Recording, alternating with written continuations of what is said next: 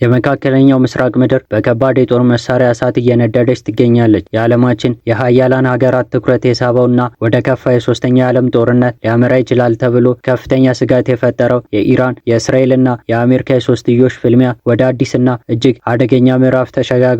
በዚህ አስፈሪ የጦርነት ቀለበት ውስጥ አንዲት ሀያላን ሀገራት የሚያስተዳድሩት አዲሱ የኢራን ጠቅላይ መሪ በድብቅ መሬት ውስጥ ካለ ሚስጥራዊ ስፍራ ሆነው ጦርነት እየመሩ ነው። ይህ ጦርነት የጥይትና የሚሳኤል ብቻ ሳይሆን የዓለም ኢኮኖሚ የደም ስር መበጠስ የፖለቲካ ሴራና የስነ ልቦና ፍልሚያ ነው። በአዲሱ የኢራን ጠቅላይ መሪ ሙጃብ ሀሚኒ ዙሪያ የተፈጠረው እጅግ ሚስጥራዊና አስደንጋጭ ክስተት የጦርነቱ መልክ ሙሉ በሙሉ ቀይሮታል። የአባታቸውን የረጅም ጊዜ የኢራን መሪ የነበሩትን አሊ ሀሚኒ ህልፈት ተከትሎ የሀገሪቱ ከፍተኛ የስልጣን እርከን የተቆጣጠሩት እኚህ አዲሱ መሪ ስልጣን በያዙ በጥቂት ጊዜያት ውስጥ በከባድ ፈተና ውስጥ ወድቀዋል። አሜሪካና እስራኤል በቴህራን ላይ በፈጸሙት እጅግ የተቀናጀና ጠንካራ የአየር ድብደባ ሙጃብ ሀሚኒ ክፉኛ መቁሰላቸው ተረጋግጧል። ይሁን እንጂ ኢራን ይህንን ክስተት ለጠላቶቿ የድል ዜና እንዲሆን አልፈቀደችም።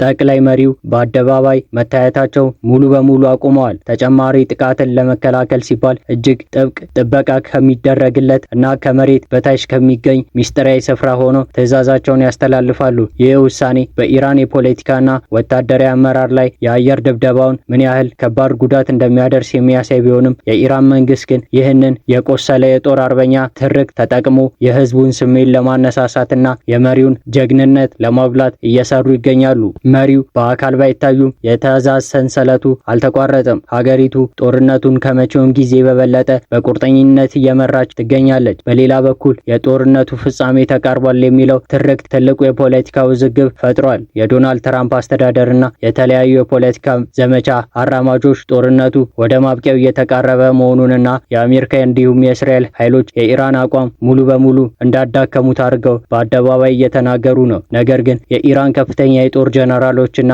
ባለስልጣናት ይህንን የአሜሪካ ትርክት ሙሉ በሙሉ ውድቅ አድርገውታል። ኢራን በጦርነቱ ለማቆም ምንም አይነት ፍላጎት እንደሌላትና ለረጅም ጊዜ የሚቆይ ውድመት ለማስተናገድ ሆነ ለማድረስ ሙሉ ዝግጅት እንዳደረገች በአጽንኦት አሳውቃለች።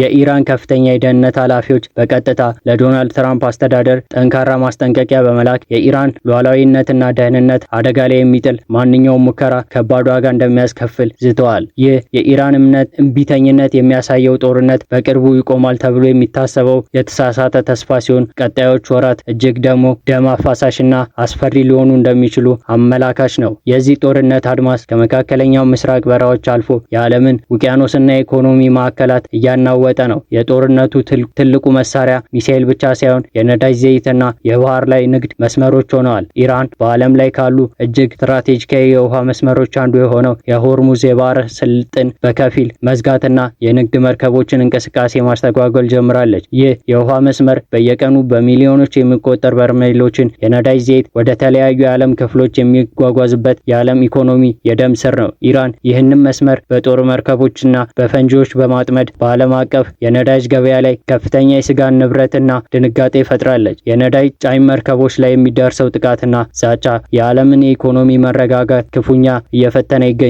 ይህንን የኢራን እርምጃ ተከትሎ አሜሪካ የነዳጅ ፍሰት የሚስተጓጎል ከሆነ ታይቶ የማይታወቅና እጅግ አውዳሚ የሆነ ወታደራዊ እርምጃ በኢራን ላይ እንደምትወስድ አስጠንቅቃለች። ይህንን የኢኮኖሚ ማነቆ ጦርነቱን ከፖለቲካ ፊልሚያ ወደ ዓለም አቀፍ የህልውና ጦርነት የቀየረ ሲሆን የነዳጅ ዋጋ መናር በቀጥታ የዓለም የሸቀጦች ዋጋ በማስወደድ እያንዳንዱን የዓለም ዜጋ እየጎዳ ይገኛል። ዲፕሎማሲ ሙሉ በሙሉ በከሸፈበት በዚህ ወቅት የዓለም ሀያላን ሀገራት የተኩሱን አቁም ስምምነት ለማምጣት የሚደረጉ ጥረት ገደል ገብቷል። ፈረንሳይ፣ ሩሲያ፣ ቻይናና ሌሎች የቀጠናው ሀገራት ጦርነቱ እንዲቆምና ወደ ጠረጴዛ ውይይት እንዲመጣ ተደጋጋሚ ጥሪዎች ቢያደርጉም የኢራን ፓርላማና የውጭ ጉዳይ ሚኒስቴር ባለስልጣናት ግን ጥሪውም ውድቅ አድርገውታል። ኢራን ያስቀመጠችው ቅድመ ሁኔታ እጅግ ጠንካራና አሜሪካ ሆነች እስራኤል በቀጥታ ሊቀበሉት የማይችሉን ነው። የኢራን አቋም የሚያጠነጥነው አንድ መሰረታዊ ሀሳብ ላይ ነው። እሱም የጦርነት ማብቂያ የሚወሰነው በኢራን ፍላጎትና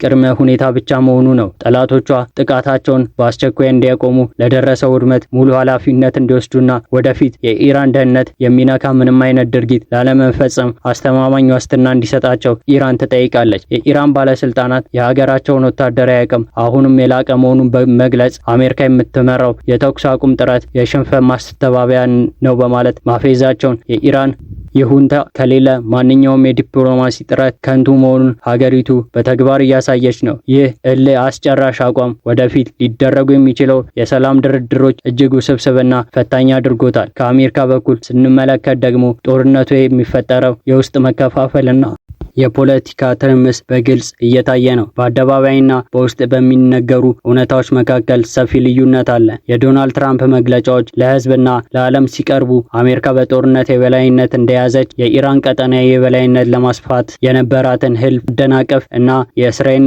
ህልውና ከጥፋት መታደጋቸውን በኩራት ይገልጻሉ። ጦርነቱ ከአሜሪካ በፈለገችው መንገድ እየተጠናቀቀ መሆኑን ይሞግታሉ። ነገር ግን ሾልኮ የሚወጡ እጅግ ሚስጥራዊ የደህንነትና የውስጥ አስተዳደር ሪፖርቶች ይህንን ንግግር ሙሉ በሙሉ የሚያፈስ እውነታ ይፋ አድርገዋል። የፖለቲካና የደህንነት አማካሪዎች አስተዳደሩ ጦርነቱን በፍጥነት እንዲያቆም እና አካባቢ የመውጫ ስትራቴጂ እንዲነድፍ ከፍተኛ ግፊት እያደረጉ ነው። የዚህ ግፊት ዋነኛ ምክንያት ጦርነቱ ያስከተለ ያለው አስደንጋጭ የኢኮኖሚ ጫና፣ እያሽቆለቆለ የመጣው የህዝብ ድጋፍ እና አሜሪካ ለረጅም ጊዜ ወደማትወጣው አረንቋ ውስጥ እያስገባት የሚለው ስጋት ነው። የነዳጅ ዋጋ መጨመር በአሜሪካ ኢኮኖሚ ላይ የፈጠረው የዋጋ ንረት ዜጎችን እያስቆጣ በመሆኑ በውስጥ በኩል የሚደረገው የፖለቲካ ስሌት ጦርነቱን ማሸነፍ ከሌላ ይልቅ የፖለቲካ ኪሳራ ውስጥ መቀነስ ወደሚለው አዘንብሏል። ይህ በአደባባይ የድል አድራጊነት ትርክት እየሰበሰቡ በጓት የመሸሽ ስትራቴጂ መፈለግ የአሜሪካ የፖለቲካ አቋም ምን ያህል ፈታኝ ሁኔታ ውስጥ እንደወደቀ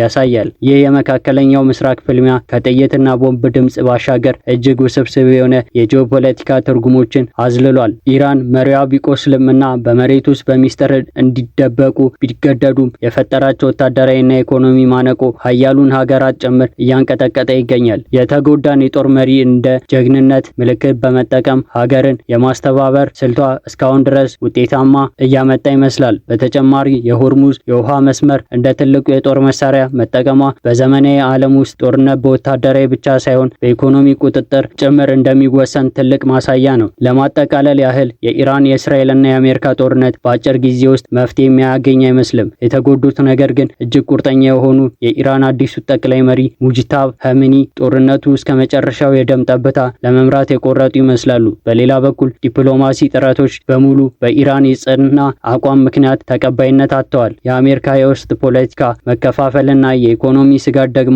የአሜሪካን ቀጣይ እርምጃዎች ለመተንበይ አስቸጋሪ ያደርጎታል። የዓለም የነዳጅ ገበያ በማንኛውም ሰዓት ሊፈነዳ በተዘጋጀ የቦምብ ክምር ላይ ተቀምጧል። ሁኔታዎች በዚሁ ከቀጠሉ ጦርነቱ የመላው መካከለኛ ምስራቅን ካርታ ከመቀየር ባሻገር በዓለም አቀፍ ኢኮኖሚና ደህንነት ላይ ለዘመናት የማይሽር ጠባሳ ጥሎ ማለፉ አይቀርም።